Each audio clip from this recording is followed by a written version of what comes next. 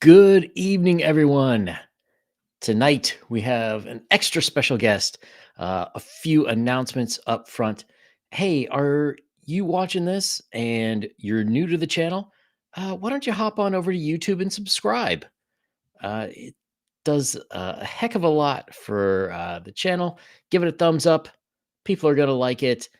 For all of you on X, if you want to take place in the comments, I will be able to see you, but the other viewers on YouTube will not. So mosey on over if you can, or just hang out on X and I'll see what you're posting.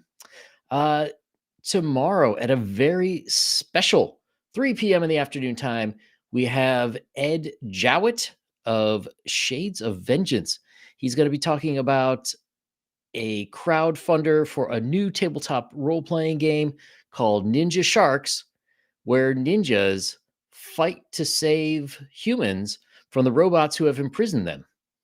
Because everybody know humans taste better when they're free range. And Friday, an extra early time, 7 p.m. I've got Dying Breed on from Nerd Cognito's Speak Easy. We're going to be talking old school gaming, new school gaming, and snacks. What snack goes best with gaming? But tonight, I have an extra special guest, the king of indie comics, the king of cryptids, and the prince of pizza, Peter Simeti. The Prince of Pizza. All right. You're expanding your domain. Sounds good to me. I have pizza for dinner. I had it for lunch in your All honor. right. Yeah. Nice. Nice. So it's been a while since you've been on. Recently, Alterna started shipping out the King Cryptids issue 5 to 9, I believe. Mine's reversed. So you must have got like the special variant. What? Maybe I did. Is your camera mirrored? Oh, it is, yes. I have to do that because if I point to my right, like I need to see myself pointing to the right of the screen, or Oh, okay. It just screws me up mentally. I hear you. But yes, imagine this, except mirrored. And it's pretty awesome. So how's the reception been? There you go. Nice. It's been good. People have been sending some very kind messages about it, really liking it. A lot of people actually saying they like them better than the first four, and they really liked the first four. So it wasn't like, well, the first four were garbage. You actually did something good this time, Pete. They actually liked the first four a lot and really enjoyed these even more. And I think they probably did because there's just more going on. There's more world building, character building. We get a little bit more information about what's going on with King Cryptid, hints at his past. We get more personality out of him too. So I think that's probably why these are maybe more enjoyable even than the first four. And hopefully, that's kind of the goal. You want to make the next issue better than the ones before it. I don't think anyone out there is actively going, well, the next one, I want to make it worse. I want people to enjoy this next one a lot less than the one that I just made, and so I'm actively anyway trying to one up myself, so 10 to 13, which is currently funding. I'm really hoping that people like those even more. And if I do my job right, hopefully they will. Yeah, I think too. One of the nice things is when you start off, you always have a ton of world building you have to get through, and once you get through that, you can start building on that and actually getting a little bit more into the story. So I think I liked them a little bit better too. Okay, now I kind of know who the players are. I don't know much about them, Yeah, but you get to settle in a little bit more, you kind of and I can play up reader sympathies and expectations a bit more too, because especially with characters, like they've seen before. But when it comes to King Cryptid, people are going to have more of an idea of how he would react in a certain way. So that's to my benefit also, to kind of, tell the different stories that maybe sometimes he like it's a raw nerve, something happens and he loses it. Or maybe sometimes you'd think he would lose it and he's kind of acting really cold about it. So you get a chance to build in some layers that make sense with the story. But that's the fun part for me, is that I get to add new characters, new locations. The world building, it takes place on our world on Earth. So, I don't have to spend too much time coming up with a lot of like fantastical settings and places and whatnot. But even though I don't have to really do that, it does become a little bit like, okay, well, let me see geographically where I can place certain things and have certain cryptids, certain people, certain events, and tie those into maybe even historical events, paranormal history. So King Cryptid, especially as the series goes on, kind of starts to take on a little bit of a historical fiction spin to it. And I hope people are there for that too. Speaking of historical, I very much remember when the was his name, the old man of Old the Man of the mountain. Mountain, yeah, Yeah, I remember when he fell off. So now we know what happened. exactly. Yeah, you get it straight in issue 6 of the events of that.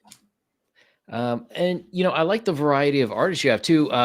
One of my favorites, Frankie B. Washington, who, in my opinion, Frankie B. goes with cryptids and kaiju like peanut butter goes with jelly. So it was nice to see him back. Yeah, he did a good job with that issue. Um, so now that you're getting feedback, you got feedback from 1 through 4, starting to get feedback from 5 to 9. How does that shape your process going forward? Because I know you said at one point you told me you probably have ideas already for like 100 issues. So how do you sort of incorporate the things that are really resonating with people with your pre-made plans, so to speak? I mean, it's really tough to try to make something that resonates with anybody. I try to make things first about the story and the characters, and then if it resonates with someone, it resonates. Like I see Dale in the chat. He has said that the Old Man in the Mountain story might be his favorite so far. It's always funny because every single time I hear like the first 4 issues, there's like issue 1 is my favorite, issue 2 is my favorite, issue 3. Everyone has their own different favorite issue, and so you never really know when something's going to resonate with someone, when a certain plot point or a character is going to hit them in a certain way. So I just try to do my best with coming up with the characters that not just make sense for the story I want to tell, but that the characters are the characterization is strong enough that the stories kind of tell themselves. So that's my biggest goal, is like I really come up with characters first, and then from the characters I start thinking of the setting, the locations involved, what kind of plot is going to unfold from that, and then how the interaction with King Cryptid goes down. So that's where a lot of that comes from. But I never really plan on having these things resonate with people. I just sort of hope that that's the end result, is that it does. But you never know. You put this stuff out there, and maybe like one of my favorite characters might not be one of their favorite characters. So it's Yeah. it's one of those things. But I love that part of it. I don't like when going in there and saying, well, I want the audience to feel this way about this character and like this one and not like that one. And I know some creators that do that, and I think they kind of set themselves up to get jaded by it or resentful of the audience because of that. And for me, it's more just like, hey, I'm creating all these guys to just tell this story the best that I can. And if you relate to one, if you like one, if you don't like one, whatever it may be, that's how it goes. It's not up to me. Once the audience gets it, once the readers get it, they get to decide what they like about these characters or don't like about these characters. So it's helpful though when they do really like a certain character, because then I'm like, okay, good, I can do a little more with this one. Don't do too much, but I could do a little bit more with this one. Um, we have Kanak who asks, do artists media get faster feedback than other printed creations? Uh, I mean, I'm gonna try to see. I don't know exactly. Let me see. Do artists media get faster feedback than other printed creations? I mean, like, does the art get faster feedback? I'm guessing is the question. I think so, just because it's the visual impact of it. Mm, You know, it's like you can't really get instant feedback on the writing. You yeah. know, even if you can get instant feedback on like a panel or a sentence that you put together or something, if it hits or doesn't hit, or really just someone goes, "What the hell are you saying there?" But in terms of the story, the plot, the characterization, there's nothing instantaneous about that. You got to let that play out. But the art, definitely, you see it, and it speaks to you or it doesn't speak to you. And I think that's a big strong point for the visual medium of comics.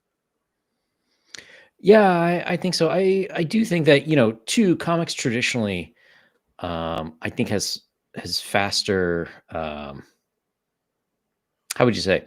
The fan feedback is faster than other printed media, because traditionally every month you'd be getting letters on something or another. So whereas if you were working in TV and you produced the show, you made the show, it might be months before that show comes out, and Oh you might yeah, have yeah. already shot like 10 more episodes of the thing before you start getting feedback, like on episodes 1 and 2.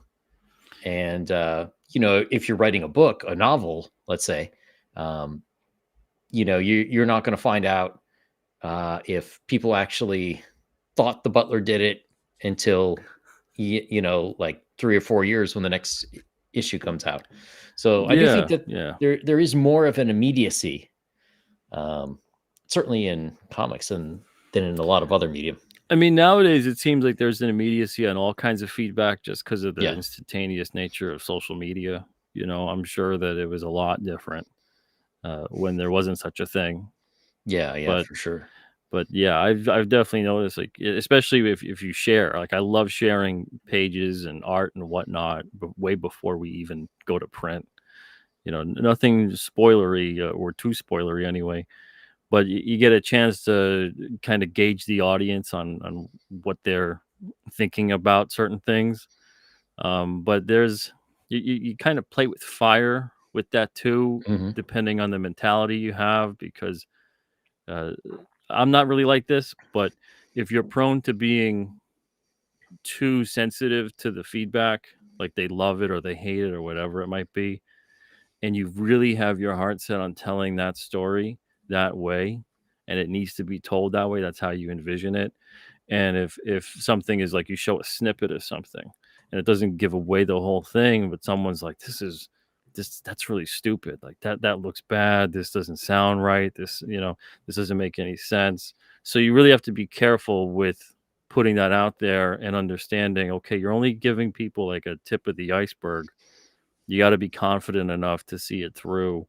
And then the other part of it is, if you're making a mistake and it's a big red flag, you have to also know, maybe you put that out there and someone's like, oh, hey, you want to really take a look at that. You gotta reword that, or, that character, that name on that character already is out there, or it looks just like this other character. So you really gotta, and I think it comes with time, but you gotta know when to be discerning on all this stuff, because otherwise you live and die with this praise and criticism, and it can really mess you up with what story you want to tell, and start really intimidating how you approach telling these stories. You could end up abandoning complete plot lines that might be great after 3 or 4 issues down the line, but you go, oh man, like they didn't really take it right away. But it's like you gotta have confidence in how the story's gonna play out. Do you think too that sort of the new immediacy of social media, internet, whatnot, there are less thoughtful uh, comments? So, for example, like people are just sort of like shooting on the hip. The first thing they see is what they're gonna uh, send it with, instead of like thinking a little bit, giving it a little time to digest. I've seen that happen with others, but I've been fortunate enough so far that that hasn't really happened with me. Um, So yeah, I mean, I've seen it, and I think we're all kind of prone to it.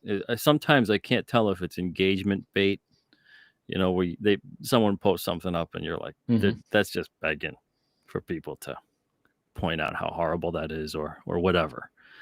And I don't really post stuff that's like engagement bait in that respect. I'm not trying to troll the audience with anything that I show. I'm trying to be sincere.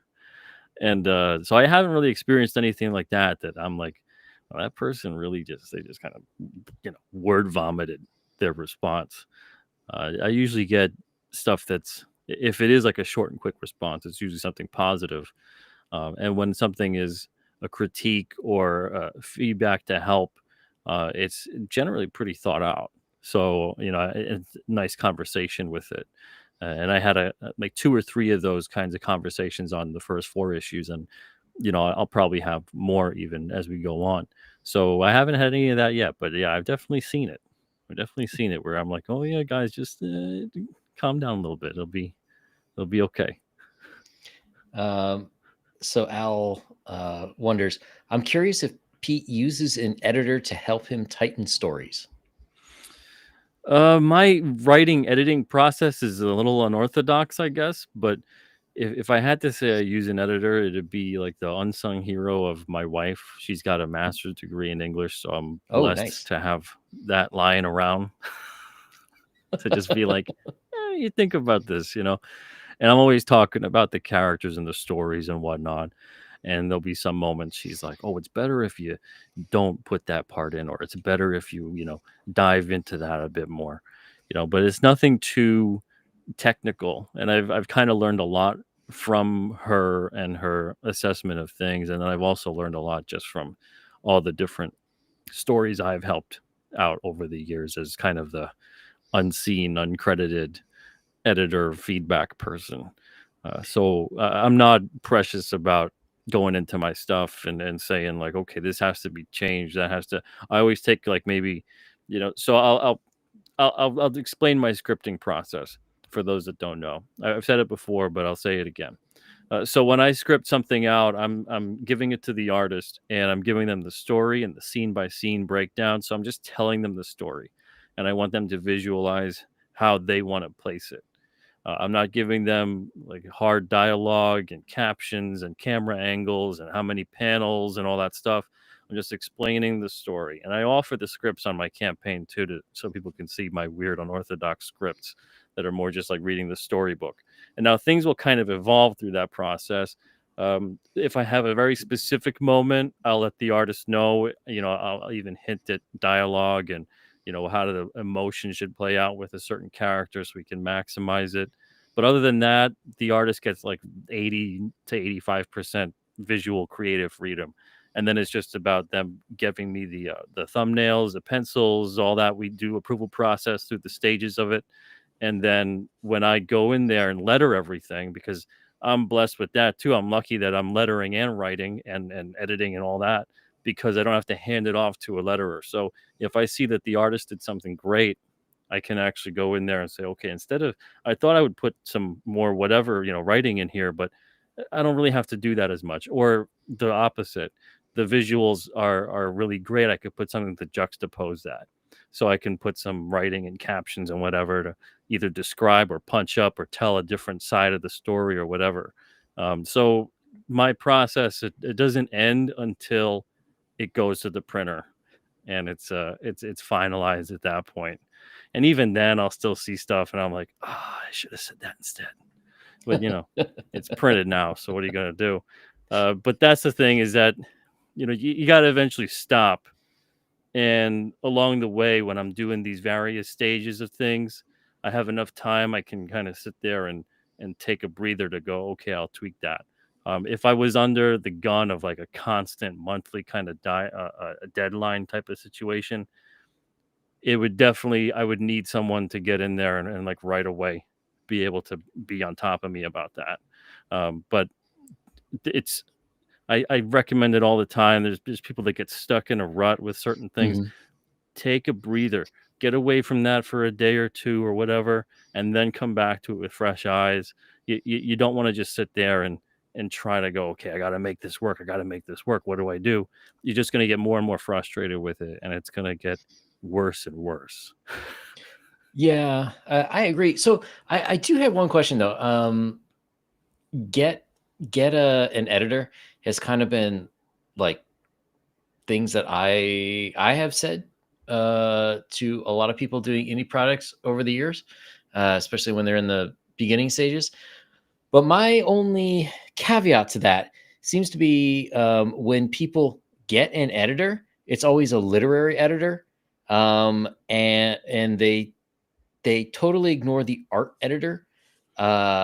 Yeah. Whereas, like, Oh yeah, I'll if you see, get a comic editor, yeah, you really yeah, need to have someone who understands the visual language of comics. yeah, I've seen like a lot of stuff that people have asked me about, and like, well, here his legs are kind of together. He looks a little effeminate, but he's supposed to be your world Superman. So it's like it's playing at odds with the words that you've written. So Yeah, even that's just the flow of the panels and the yeah, composition and stuff like that. So I'm kind of like art director, editor when it comes to that with the artists. And then, there's always something that if it looks like I need to get a second opinion, I got a couple people I can turn to and say, what do you think about this? What do you think about that? But most of the time it is, and it's absolutely true. You do need, if you're going to get a comic editor, you do need someone who understands the visual language of comics. You can't just get someone who's a straight up like novel yeah. editor. It's going to be a very different treatment. I do want to say though, with the Canic One Mhm. giving me a critique here on how I talk, says I'd recommend wife supports my career by contributing her skills to final product instead of the Well, my lackadaisical. I'm lucky I got my life, my wife lying around to edit my stuff. It's turn of phrase, Canic One. uh, yeah. Uh, so I did have a question though. So if we yeah, let me switch views here.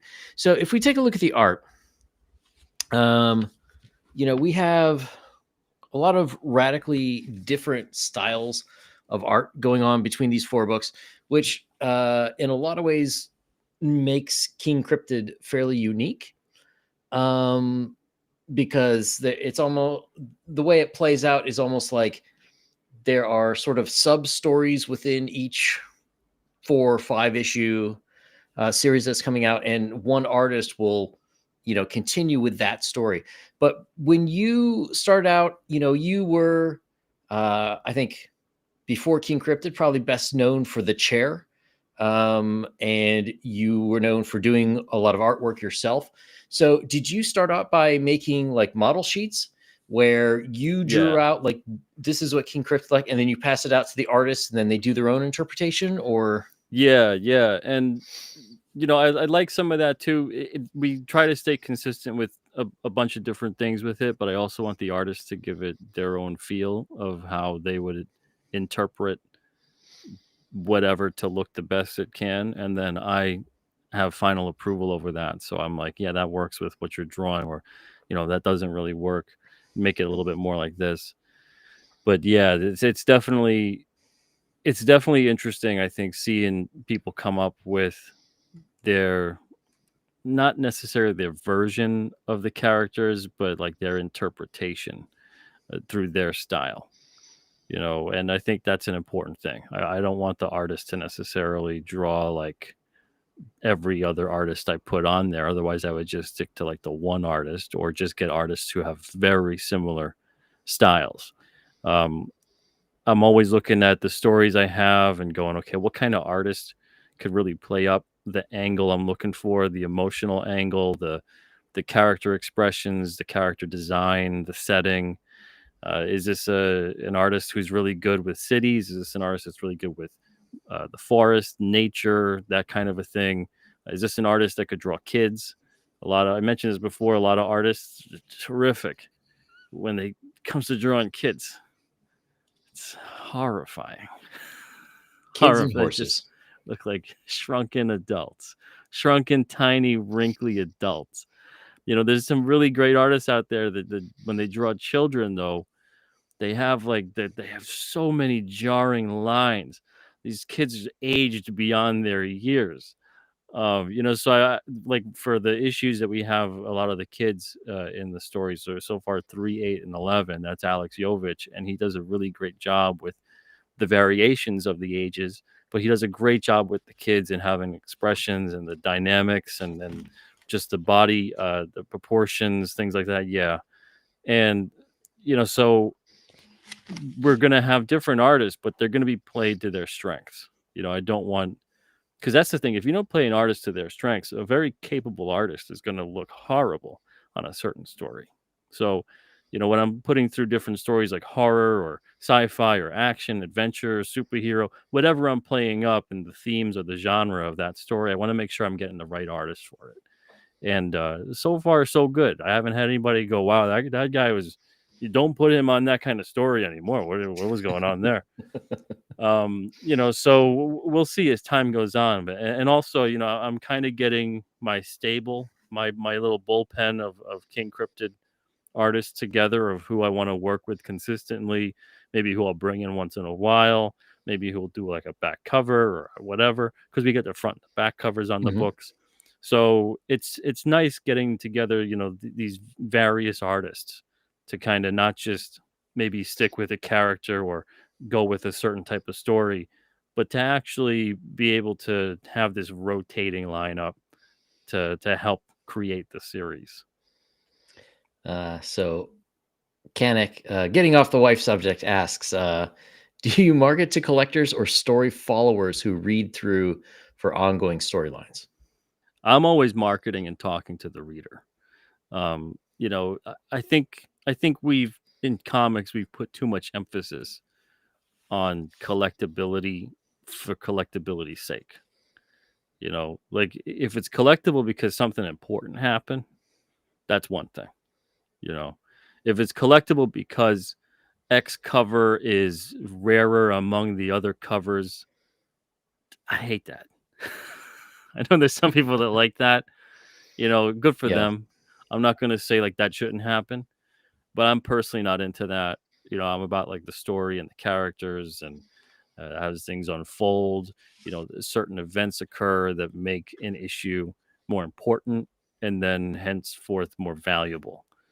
So it's kind of like a meritocracy of storytelling and character development over this kind of false collector market of the immediacy of making you feel like, oh, this is rarer than the rest just by virtue of they made less of it.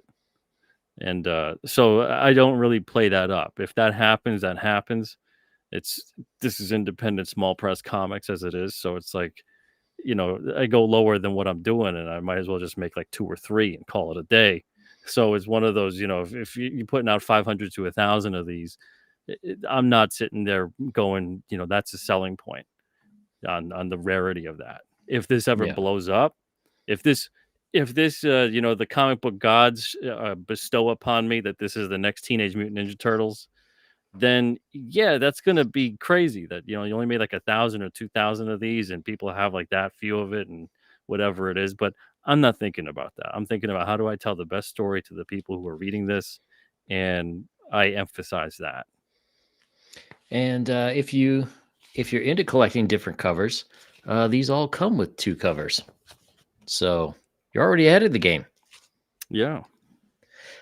So, um, one of mm, Alterna's, let's say, traditional publishing methods was, a lot of times you would take like a graphic novel and you would break it up into like several issues and publish it as almost like a limited series.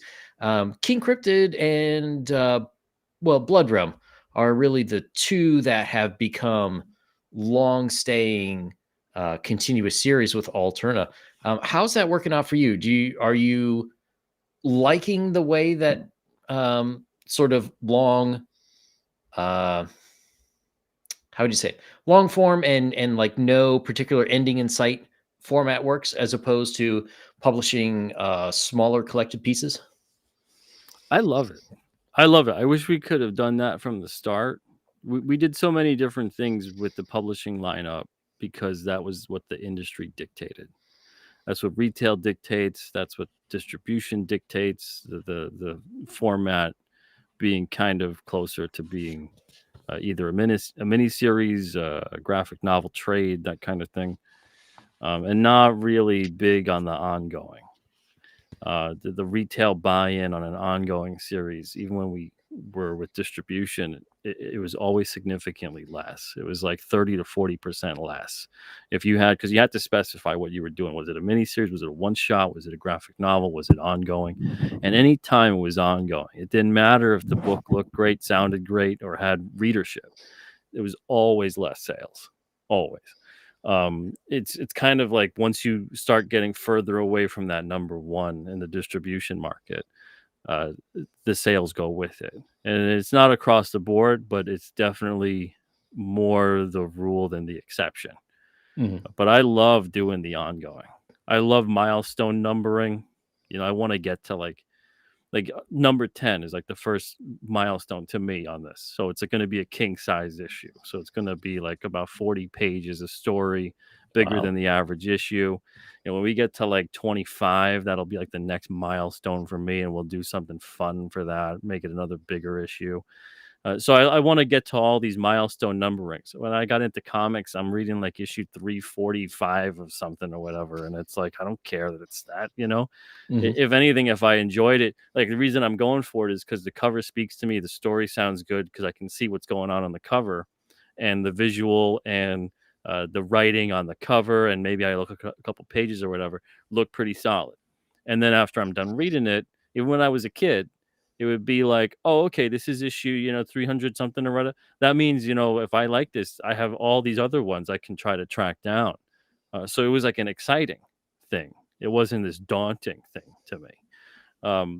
So at some point in time, like we got intimidated by numbers in the comic industry, and everything should be, we always got to need a number one, gotta have a number one somewhere, and then reboots and retcons and all that other garbage. So this, I love doing the long form ongoing, and some people said, well, can you do like, would you do a Behemoth spinoff? Would you do a Victor Lugo spinoff? All these other characters in the story. Would you do these spinoffs? I was like, I'll just make more King Cryptid, and then maybe we'll get a predominant Behemoth story, a predominant Victor Lugo, a predominant White Mountain Yeti, whatever that might be.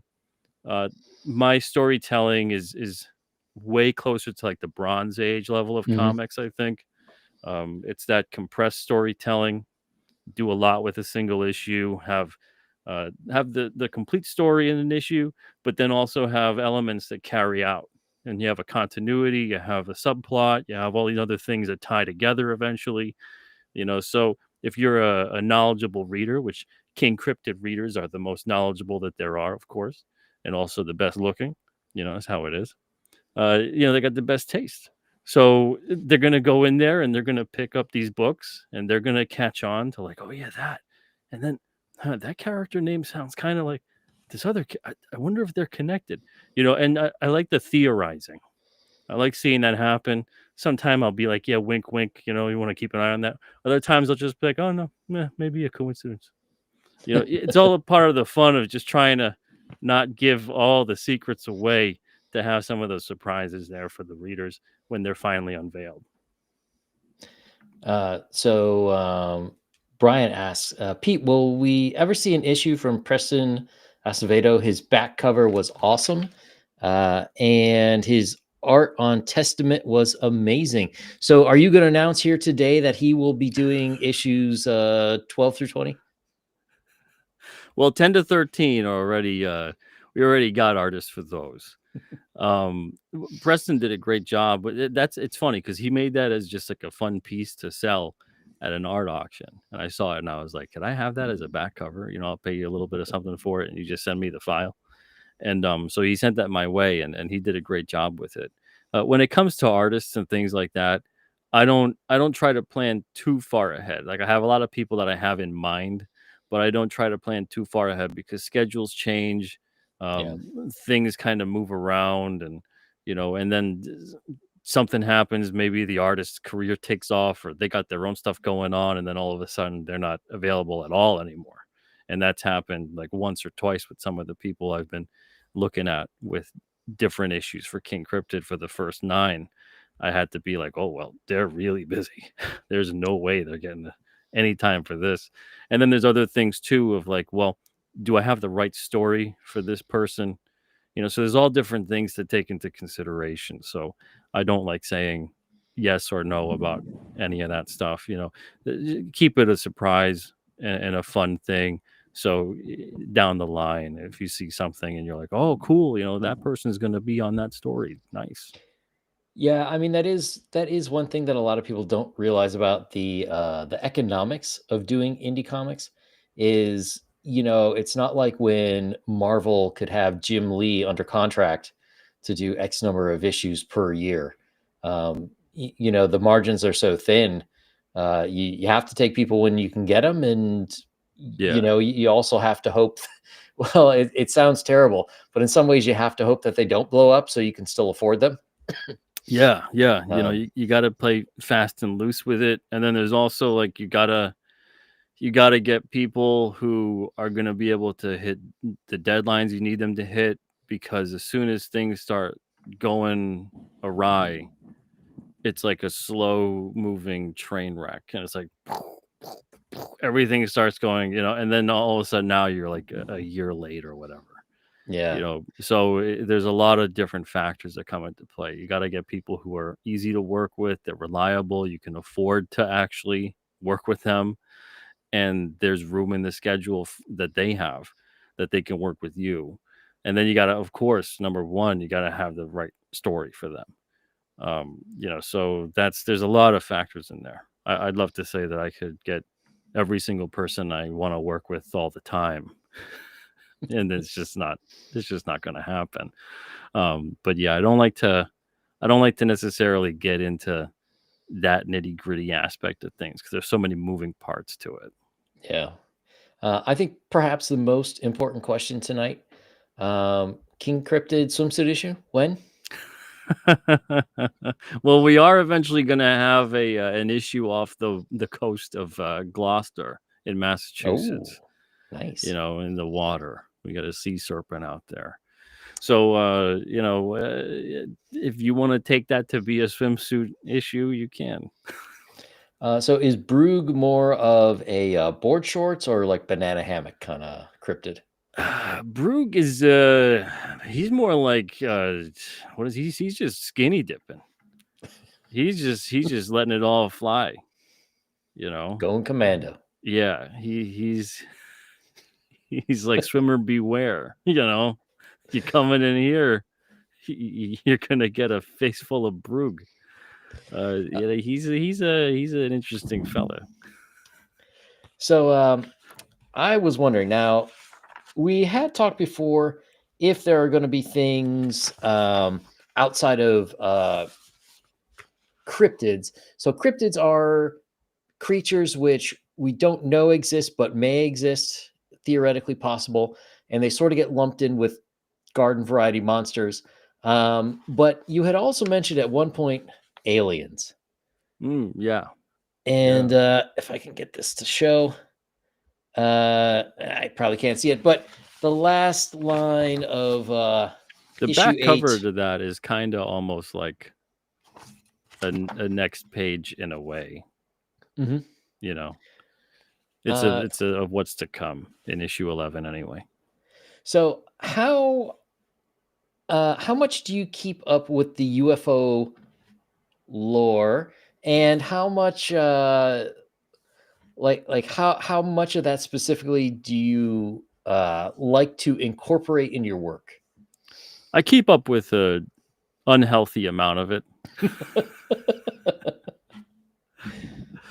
So I'm pretty up to date with a lot of the stuff that's going on and has gone on.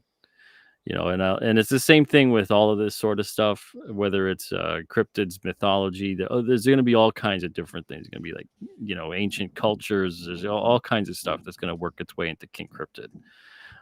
So I keep up with a fair deal amount of it. and I'll work in some of that here and there with various issues. But with the UFO stuff, is there anything in particular that you're trying to get at? Well, kind of. Okay, so when I was a kid in the 80s, I was like big into UFO. Every show with Robert Stack that had alien abductions or Yeah, yeah. all that stuff and like books that were at the time talking about Roswell, I was big into those. And then like I kind of just never really kept up with it. And well, Jay Shiro Finney. He's been on your channel a few times. So I was on his channel once years ago, and he had another guest on, and they start talking about aliens, and all of a sudden they're like, well, the reptilians are from SETI Alpha 3 or this, and I'm like, wait, did we find some? How, did we know this? What happened? So somewhere there became like a whole UFO canon, which to me is like taken as like religion, where there's like a whole methodology and storylines and like zero evidence as far as I could tell for any of it. Yeah, Um, it's weird. There's a lot of stuff from various government officials across the world that have said different things at different points in time about various other intelligent life forms. Some of them claim that we're always in constant communication with a handful of them. Some are mhm. good, some are not so good. Some have been here, some are here for a lot longer than we've been here. So it's weird, because at the same time, it's always like, well, even when something comes out and it's from the government, I'm like, I don't know how much I believe that. Exactly. They've trained me to not believe them. So it's kind of working in their favor because they could be completely telling the truth about all of it. And a discerning person at this point is going to be like, yeah, but they lie about a lot of this other stuff too. I know. You Like, know, what other controversies are out this week? yeah. you know. Either way, all I know is you still got to pay your rent, you still got to eat today, and I still got to get Yep. encrypted issues out to people. But it's an interesting thing because I know there's a lot of people that are like really scared of an alien invasion. um Chances are, if there is such a thing that would ever occur, it already has occurred, and it's here already, and we're just living with it. It is the way it is. And a lot of weird stuff in the world, a lot of Hmm. odd things, especially in ancient history and even in modern history. I don't know how to I don't know how to put together any of it at this point. I'm just like, oh, okay. I'm fascinated by all of it. It interests me, but I'm not really like that is absolutely what went down. You know? Um, so like, how do you take such what's your theory on like taking that as a background of like such a fluid mythology or understanding and using that for stories? Like let's say you were doing some religious piece, there would be like thousands of years potentially of books on Yeah, yeah. whatever topic you could sort of pin it down. But since this seems to change like every few years, like who are the reptilians? And then I was reading the other day, there's like some group of race that looks like angels. Like what? When do Yeah, they come in? yeah. There's all kinds. I mean, heck, if you listen to like a lot of the languages on Earth, it starts to Mhm. become like kind of apparent that I don't think we're always here.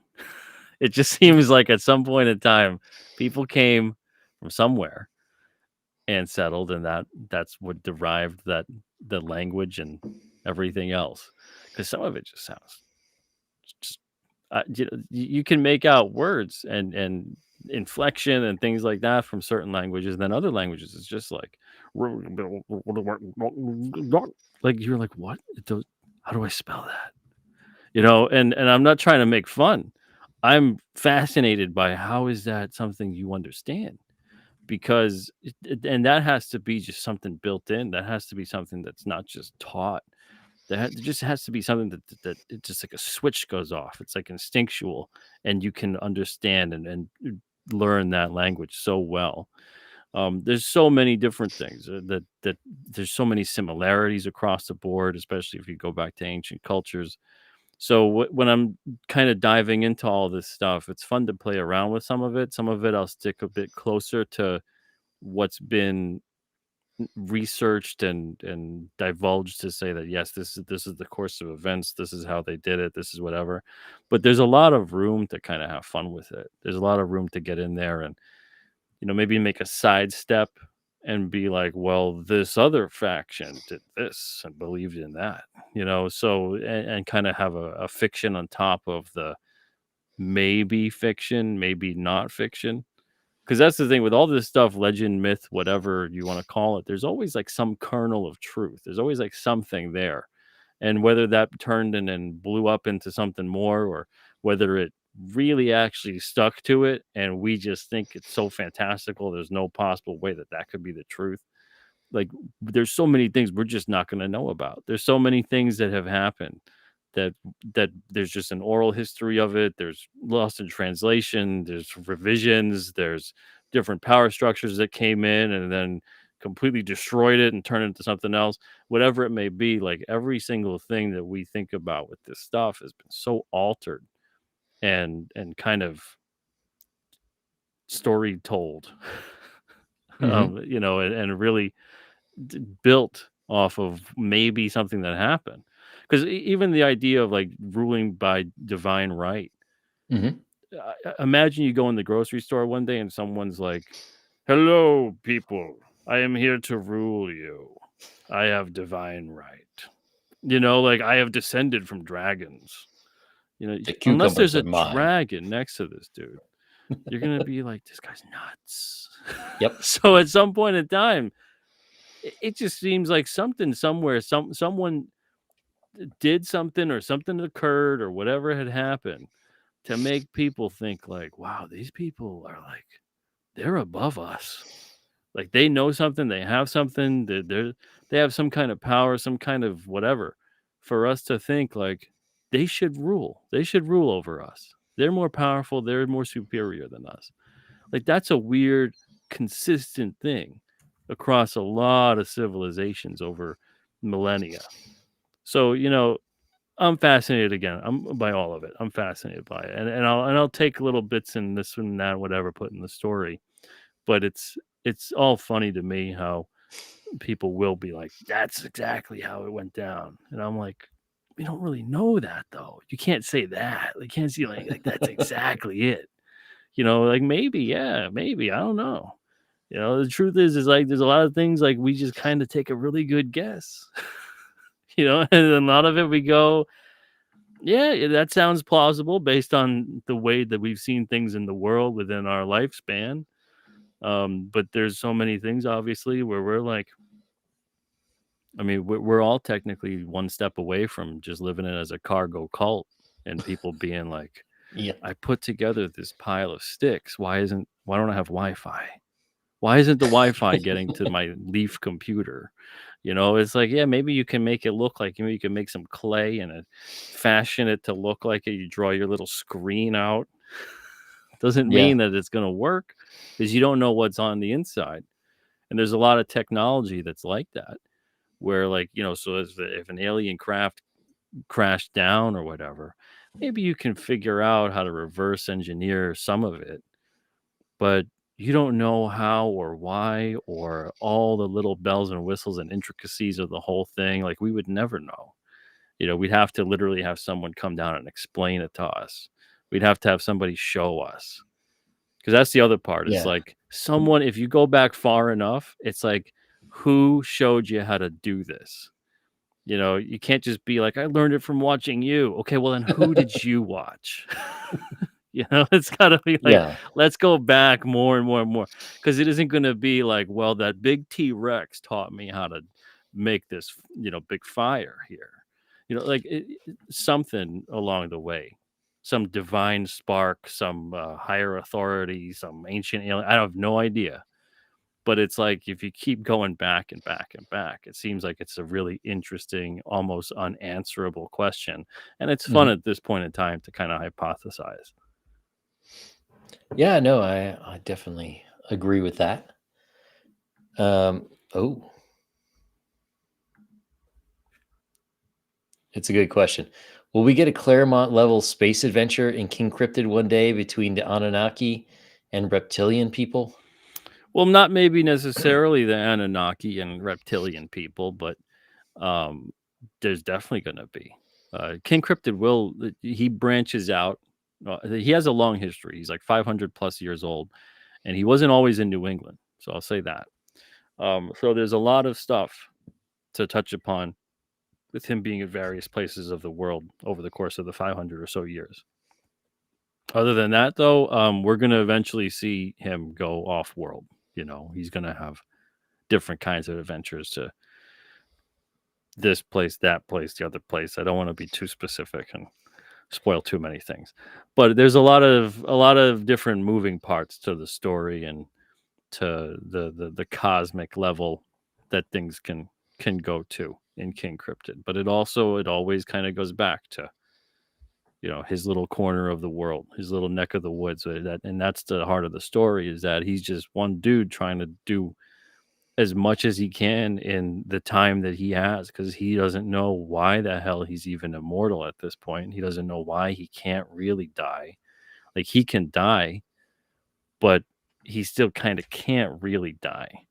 There's still ways to revive him, resurrect him, bring him back. So it's like, as far as he knows, he's been around for 500 something years, and he's seen a lot of loss in his time, but he doesn't know, like, do I have a purpose to fulfill? So he is trying to make the best of it and do as much as he can. Makes sense. All Which right. is what I So think we all try to do. hopefully, yeah. Although, oh, well, maybe I shouldn't say that. Maybe people should go through and read issues 6 to 9. And you might find kind of sort of some hints to where that's going. Yeah, yeah. I mean, the first 9 issues are now out. I'm almost at the halfway point of fulfillment on 5 to 9, and then 10 to 13 are being made. So we're in like the creation production process of that, but we're still trying to get those funded. So we're at 75% funded on those. And once we do hit funding, we can really hit the ball. We can really get the ball rolling on this and hit the ground running, because I got a lot of stories to tell, and I'm hoping that people are there for them. So we'll see. There's a lot of people that have to still get their stuff. So I'm suspecting that a great deal of them are waiting patiently, hopefully, and I'm doing my best. I'm getting like 75 to 80 packages or so out a week. I got to be really careful with a lot of them. There's people who got a lot of different things. There's people who I also got to cross reference all the alternate site and everything else, and make sure that I'm getting everyone all their stuff together, because the campaign is on both the alternate site and on Indiegogo. And then on Sunday, on the 9th, I'm going to be launching a campaign for 1 to 9, just the issues, on Fund My Comic and on Kickstarter, and Oh, nice. that's going to fulfill after all this is fulfilled. So no one that backs those is going to get anything until everyone that already previously backed is going to get their stuff. But I'm experimenting with that, seeing how it goes. I've had people asking for me to put that on there, so I'm like, okay, I guess we'll do that. It's already on the alternate site, it's already on Indiegogo, but I've still had people asking about Kickstarter and Fund My Comic, and they're like, oh, if it was on there, I'd back it. I'm like, all right, well, we'll see. um, So yeah, that'll be that. yeah, I am curious how that works out. I think I don't know. It's hard to say with Fun My Comic. I like the potential for the platform. Yeah, yeah, I would say it has not peaked. Um, I think in the future, after some more years of good success, I think it'll be a lot more popular. One of the things I don't like about Indiegogo is you have to drive all the traffic to their site. Like they're not yeah. doing It's anything to bring things in, yeah, which is different with Kickstarter, which makes me wonder how King Crypto will do there, because they have like their own ecosystem. Like when I launched my campaign, I started following a few people on there, And there is one guy who buys like four, he backs like four projects every day. It's insane. I don't know how he must be super rich or something. But there literally are people who are like, okay, what's all the new comics today? I want this one. I want this one. I want this one. Yeah, let's So, hope. It'll be the first time I'm putting King Cryptid on either platform, and it'll be the second time I've had something on Fund My Comic. We had hmm, Alternaween in 2023. It did okay. But I didn't, to be perfectly honest, I didn't push it tremendously. And it's a different campaign than a book. And then Kickstarter, I haven't used Kickstarter since like, I don't know, 2017 or something like that. So it's been a long time. I had to make like a whole new account because I'm like, I don't even want to bother with the previous. Like, I have no idea. I know that when I yeah. used to back it, it's like, I don't know, I'm missing like 20 something different perks I was supposed to get over the past 10 or 12 years from various Kickstarter people. So it's just one of those Yeah. like weird, whatever. Make a new account, put the campaign up, and we'll see how it goes. And that's all I can say. It's just an experiment, and I'm doing it mostly just because I've had people asking. I had enough people asking that I figured I should probably put it up there. We'll see how it Yeah. goes, and that'll be that. And excuse me, Brian. Pete, did going on other large comic streaming channels have a noticeable effect when funding? This channel right here, it has the best effect of all of them. So I don't even know why anybody goes anywhere else. Yeah, I mean, is there really a channel bigger than this one? Exactly. Yeah, Exclusive. That's what we call it, Pete. Exclusive. exactly. And I mean, everything helps. It always does help. I always found that when it came to if you're actually doing trying to raise money on a project or something like that, I hate the shows. I hate to host these, and I hate to be on them where it's just let's just look at the campaign and Mm, explain every perk to me and to the yeah. audience. I'm like, okay, we could have a conversation instead. Is it?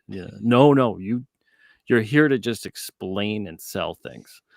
So I hate hosting that. I hate being on that. I think like the best ones are the conversational type, and then it's just like, hey, go to here and check it out if you want. Uh, but it helps when it's like a one-on-one scenario like this.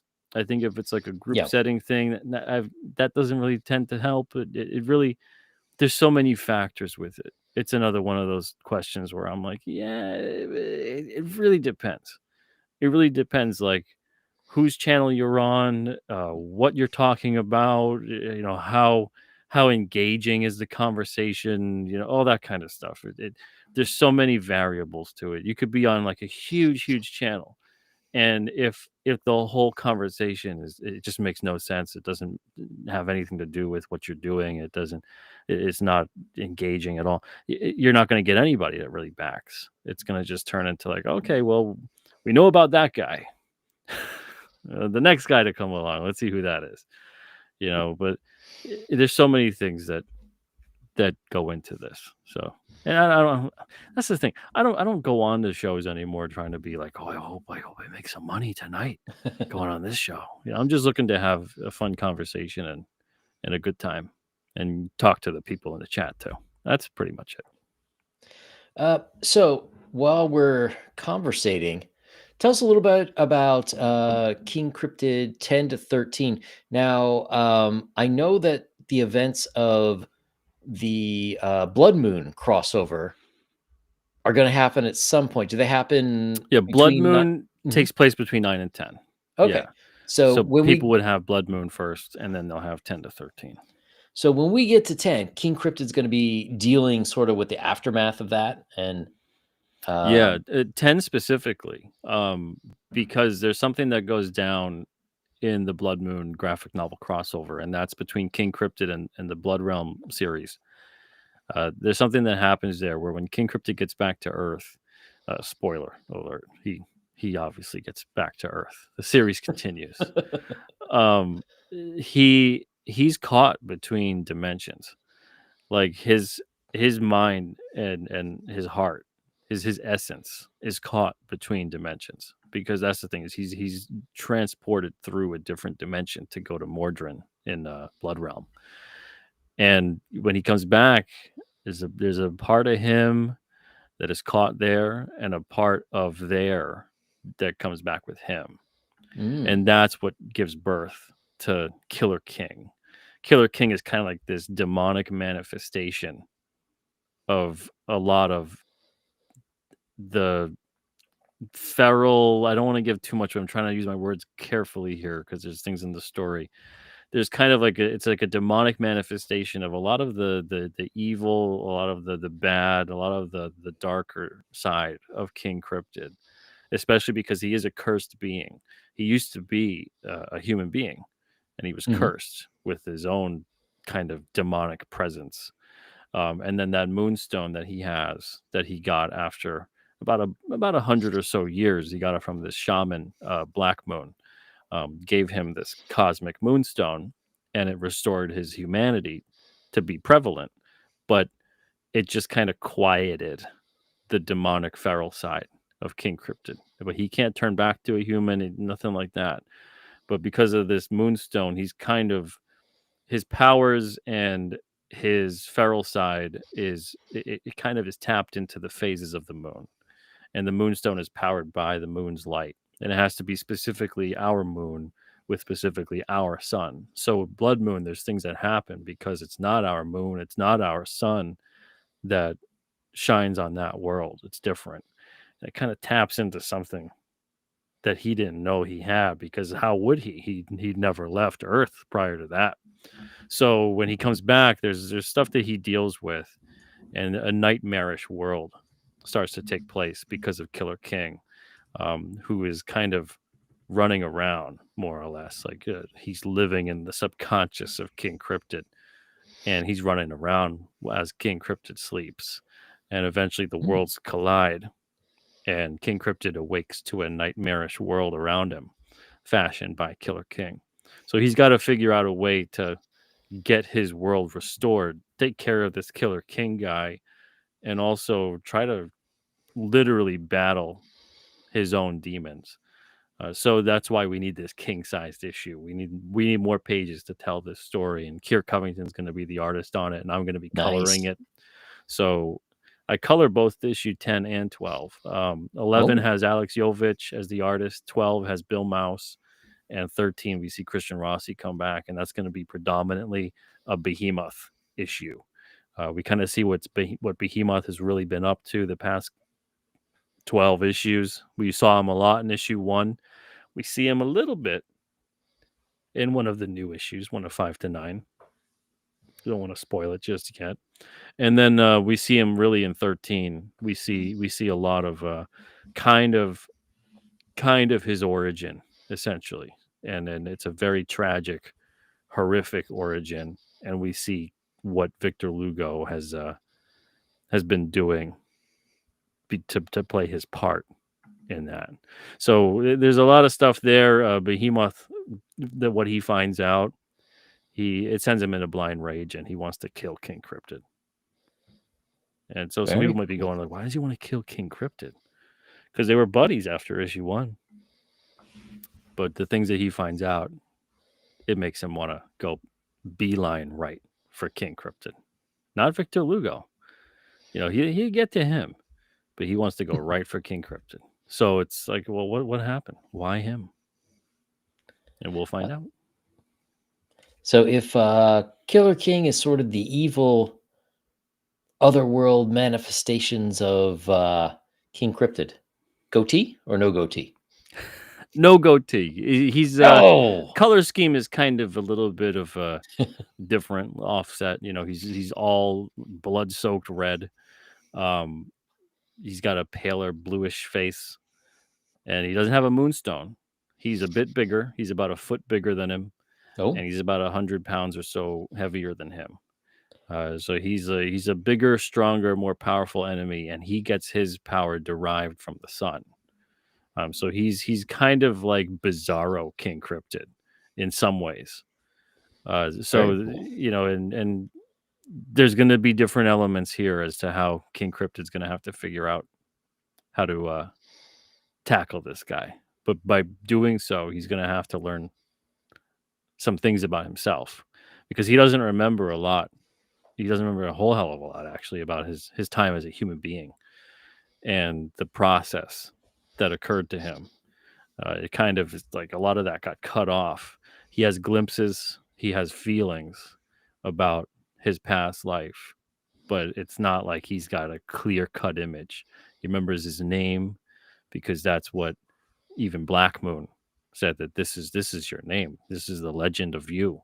Crowan, Krowan. People call him King Cryptid because it's like his silhouette and things like that. And over the course of time, it developed into like, oh yeah, he looks kind of kingly. He's a cryptid, yeah, King Cryptid, like Bigfoot. Oh, he's got a big foot. Mhm. So it's very descriptive, but it's not necessarily like who he is. He's not king of the cryptids, even though some people think he is. There's lore about him where they do think he is some kind of kingly creature. But with Killer King especially, we're gonna learn a little bit more about King Cryptid and a part of him that is really buried within, and he's gonna have to embrace that to defeat Killer King. Uh, so Jam wants to know, when writing cryptids that may have already been depicted in other media, how hard is it to put your own spin on them? Uh, hmm. Well, it's not too hard. It's not too hard because it's like there's a lot of lore with these cryptids, but at the same time, there's not really a whole hell of a lot of personality outside of like animalistic qualities. You don't really go like, oh, Bigfoot. Yeah, he's always sarcastic. That guy tells corny jokes. You don't know Yeah. what Bigfoot. It's like, okay, well, he's in these situations. It's aggressive. The situation. It's very animalistic kind of description. So it's kind of easy prescribing a personality to these creatures, but I also don't deal with a lot of cryptids that we already know exist. It's there's these derived, like Behemoth is derived from the DNA of the Mothman. So Mhm. that says that okay, the Mothman exists in this world, but Behemoth is not Mothman. King Cryptid might look like an amalgamation of a bunch of different cryptids, but he's not Bigfoot with a winged cape. It's very different with all these things. So it's easy kind of coming up with personalities for them, even the werewolves in issue 7. It's easy kind of coming up with different things to fit certain aspects. And certain things are very familiar with the lore and the mythology of certain creatures and characters, and then other things it'll be like, all right, play what we'll play that up on its head. And so Brian had asked, no black and white this time around? 10 to 13, all color, no black and white. Hmm. Yep. So with the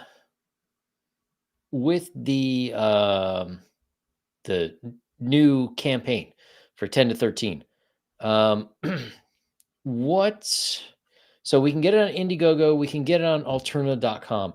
What's the best for you? Where should people go? Alternacomics.com, I would strongly recommend people go there, only because you can sign up for the newsletter, you get a coupon. You can also sign up for Alterna Rewards, that's free. You get points every time you purchase. You can also end up having like a wish list. You can have your order history. You can have everything all set up in one spot. There's like close to 400 items or something around that on that site. So you can kind of make it a one-stop shop for everything as opposed to running around to all the different crowdfunders. There's so many great things to discover on Alterna. So, not just King Cryptid, there's Blood Realm, there's Red Koi, Tinseltown, Unit 44. It came out on a Wednesday. People love that anthology. And then there's a couple of graphic novels that we still have. We predominantly were graphic novel publishing for a long time, and now we only have like a couple. We're going to start bringing graphic novels back again this year, starting with Blood Realm Volume 1. That giant has been sold out for a while, so we're just going to start making graphic novels instead. So we got all kinds of different things you could pick up. I really recommend going to alternacomics.com. But wherever you guys want to go, whatever you prefer. If you're like, nah, I just want to stick to Indiegogo. If you're on there, I'll stay on there. 'Cause we have people that are like that. That Yeah. just they never buy anything on the alternate site. But if we put up an Indiegogo campaign, they back every single one and they get like a ton of stuff. So if it's not on Indiegogo, they never get it. Um, so it's everyone's got their preference. That's why I figured too with Kickstarter and Fund My Comic, it's kind of turning into like this is the store I shop at.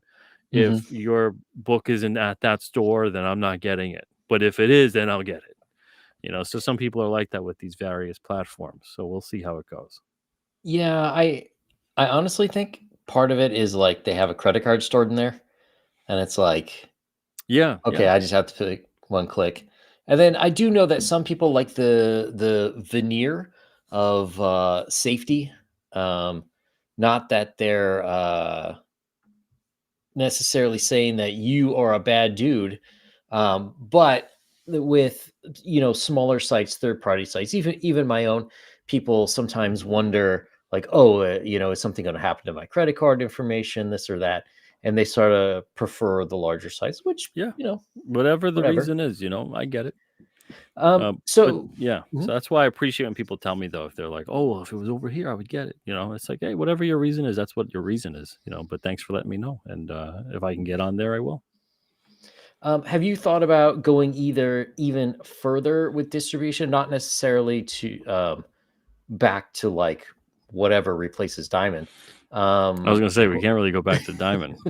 what about something like an Amazon? Amazon is it'd be nice, but at the same time, I think it would be a nightmare. Yep. I don't think they could handle shipping out comics, and people would really appreciate getting them the way they would most likely be shipping them. Hmm. Um, Well, Graphic novels is one thing, but I think yeah. comics, you'd have to be like, okay, can you guys have these bagged and boarded and ship them in a nice mailer? Not No. just, I mean, there's things I get it from Amazon sometimes, they put the thing in there or whatever it is, and then they have like a bubble wrap garnish, just like a little, just on top. Like, all And right, then, that'll you know, protect it. and then other times you get like a giant box that's wrapped in bubble wrap that has another box inside with bubble wrap Yeah, that or has like an they envelope ship that it. has your key ring. Yeah, yeah, exactly. Or like they ship it in the product box, and you're like, I didn't really want the action figure to be shipped without a box protecting it. Yeah. It's like Well, stuff and like that. There's weird things that happen. I didn't want my neighbors to know what I'm buying either. Yeah, If yeah. you got Well, like yeah, they could. electronics or something coming to your house. Oh well, that's a whole other deal. But I've contacted Lunar. Um, I used to talk to the people who run DCBS, Mhm. Cameron Merkler and his wife, and we were on friendly terms. But I think they're very busy, and so I haven't gotten any responses from them. I've contacted them twice, and no responses. So I'm not really like that's not really like a big part of my game plan of oh god, I get back to distribution somehow. Mhm. Mhm. Because it was a nightmare for more reasons than one. But if we ever go down that road, we go down that road. The comics are kind of set up so that they could easily get acclimated back into distribution. I got the proper barcoding and everything on there already for them. But we'll see. I'm not really necessarily planning on it. It's more just like, all right, if that happens and it works out, we could do it. Mhm. But right now, I'm really happy going direct to everybody. Nice. Yeah, so I did want to ask you about the going back to graphic novels. So now you mentioned Blood Realm, um, and I assume maybe at some point we'll see King Cryptid in there. Are you planning on going back to older series that Alterna has published and going back to graphic novels, or are these only sort of projects that are going forward? No, well, I want to put out eventually like a Mr. Crypt omnibus. I mean, it's Mm, a rights issue with things. So it's like I still have the yeah. rights for Mr. Crypt, still have the rights for the actual Roger. Want to put the actual Roger to a graphic novel also. And then even if a series gets discontinued, if the creator still wants to work with me to do like the reprints or remastered edition or a graphic novel compilation, so even if they're not making any more new issues or at least not putting them out through Alterna, if they still want to kind of work with me for stuff and keep it open ended like that, that's fine with me. It hasn't ever really worked out that way before, but I'm hoping that if it was to come to that with the current group that I have, that we could do something to move forward together in some capacity. But I'm really focused on, and I see there's a question in the chat too about like new series and things like that. I'm really focused on what we have and what I'm doing. Putting out new series, looking for new talent. I shut down submissions about 2 years ago because I went a whole year without accepting one. I'm finding that there's a lot of people in comics that if I want to publish them, they don't need me, so they can do things on their own. And I'm going to be the last person on earth to say you need a publisher to succeed in comics because I didn't do it that way. So that would be really weird for me to tell someone that they do. But the mindset that I want doesn't necessarily need me in the picture. And that's fine because I got into comics to make comics. The publishing side of it was like, I guess I could try to help people out too, and we could all maybe help each other. But I wasn't like, I want to publish comics. I have no stories of my own. I have no artistic inclination. I'm not creative. I just like comics and want to kind of put them out there. I got into comics to make comics.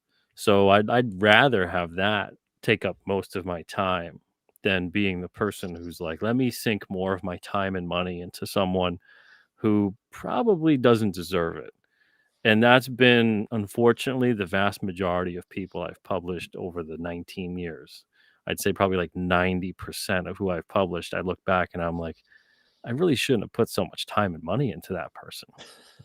It's like, Mm. so I look back and it's not that the work was bad, it's that the drive wasn't there, or that they look at a creator owned publisher and expect a traditional publishing Mhm. publisher. And it's a whole different animal. You have to be like your own brand. I'm here to help. I'm not here to like do for you. If that's the way it is, then it's like, all right, well, books are going to be like $7 to $8 a piece. I'm going to take a way bigger cut on things because I got people to pay then that have to Mhm. do all these because I can't do literally everything and Yeah. then not make any money, which is, what I spent the majority of comics publishing doing, was kind of spending a lot of money I didn't have on people who kind of took it and then ran with it. I mean, when we were in distribution, there were times where I'd go, "Why didn't you promote your book at all when it was in previews? I told you you had to do this and this and the other thing." They're like, "Well, I thought it was in preview, so that was enough." I was like, "If that was the case, why would I have told you to promote it?" Like, well, they canceled it because only 50 orders came in. Because like you need to tell people about your book, and they're like, well, what are you doing? I'm like, I'm doing everything else and still telling people about your book. I'm like, but people, when a publisher tells someone about the book, it's like, oh yeah, okay, you told them about the book, that's great. When the creator tells people about the book, it's like, oh, this person cares about their book. It's a publisher, it's like, yeah, it's your job to send out a press release and say, hey, we got stuff coming out, and yeah, that's the run of the mill stuff. But when you see someone who makes it and they care about it and they talk about it and they get out there and they're excited about what they're making and they contact people and they let them know, it's a whole different vibe. And there's a lot of creators over the years that just never got that. They thought I was like shirking responsibilities. And it's like, no, I'm not. I'm trying to help you now and for the future, when one day you're not at Alterna anymore and people don't just associate me with your book, because we've had that happen over the years too. And then people leave and they go on and they never take an audience with them because they never built an audience. They just kind of built my audience Yeah. because I was the one that looked like I was making the book. And it's like, I'm not supposed to be like Stan Lee of Alterna. I'm supposed to be like, hey, this is how you do it. This is what works for me. If you got a different way you want to do something, then you do it. But you have to do something. And that's kind of a rough lesson that I've had to learn over the years about people, and that other people have had to learn over the years. And I don't know if they've learned it or not, but that's why I'm not rushing to publish anyone anymore. I'm like, yes, the world has changed with publishing. Mhm. People have so much access to various things now. They don't need someone like me to come in and say, "Oh, do this, do that, do the other thing. That looks good. This doesn't look good." No, you could just go and do it. You could just go and do it, and then I can go and do whatever I got to do. And whoever I have right now that wants to be here, that can be here, and that it makes sense for them to be here, they'll be here until it doesn't make sense anymore, until people aren't really benefiting from that, and then that's just how it goes. But I'm not really in the mood of like, oh no, I'm really gonna go in there and scout for people and this and that and what. It's not. It's a whole different thing now. Yeah.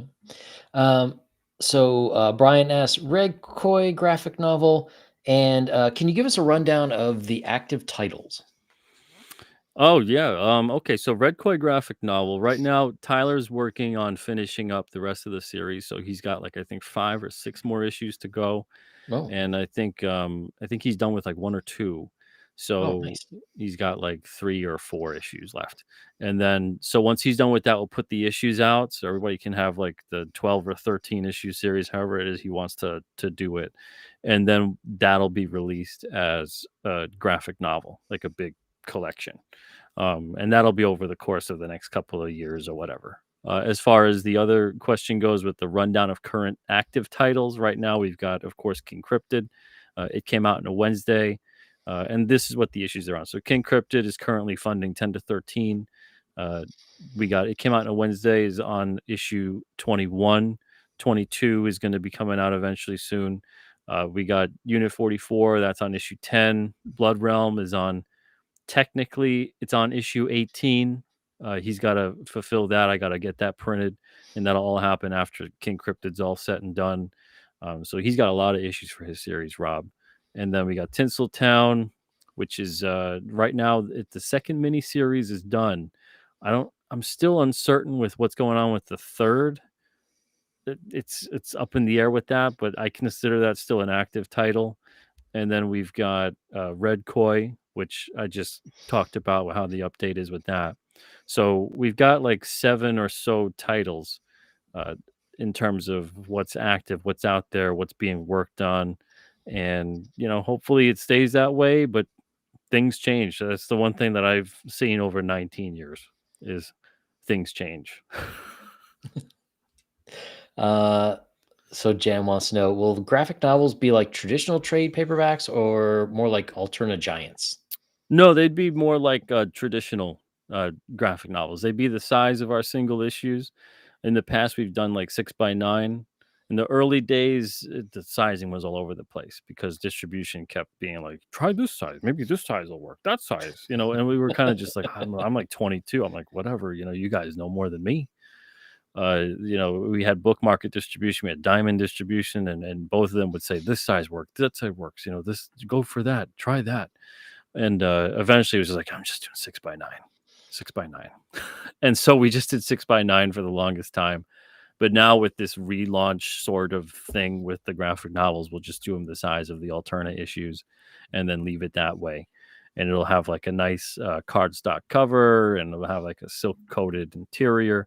It won't be newsprint interior because for some weird reason, making a newsprint graphic novel trade is almost double the price of making the silk coated trade, because you got to go through web press, you got to have like a whole huge amount, and then it's just like a beast to of an undertaking. Whereas for the silk coated with the nice cover and everything else, like the technology on that stuff has upgraded so much that you don't have to do a whole ton of them.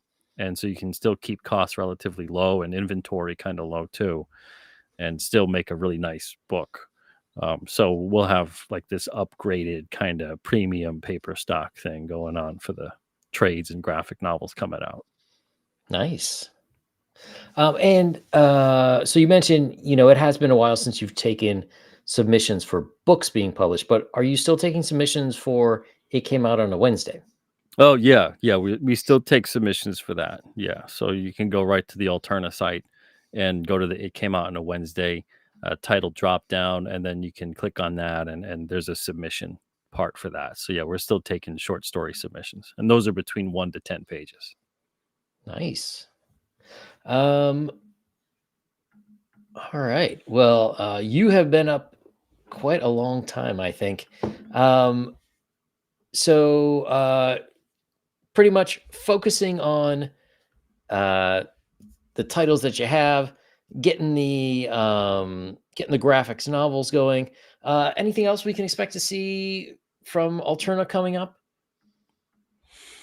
Well, okay, so the remastered books, the first wave should be going to print sometime this month, and then fulfillment shortly after that, and then we'll have the wave 2 up, and then we have the Hall of Fame second class for the 2025 year.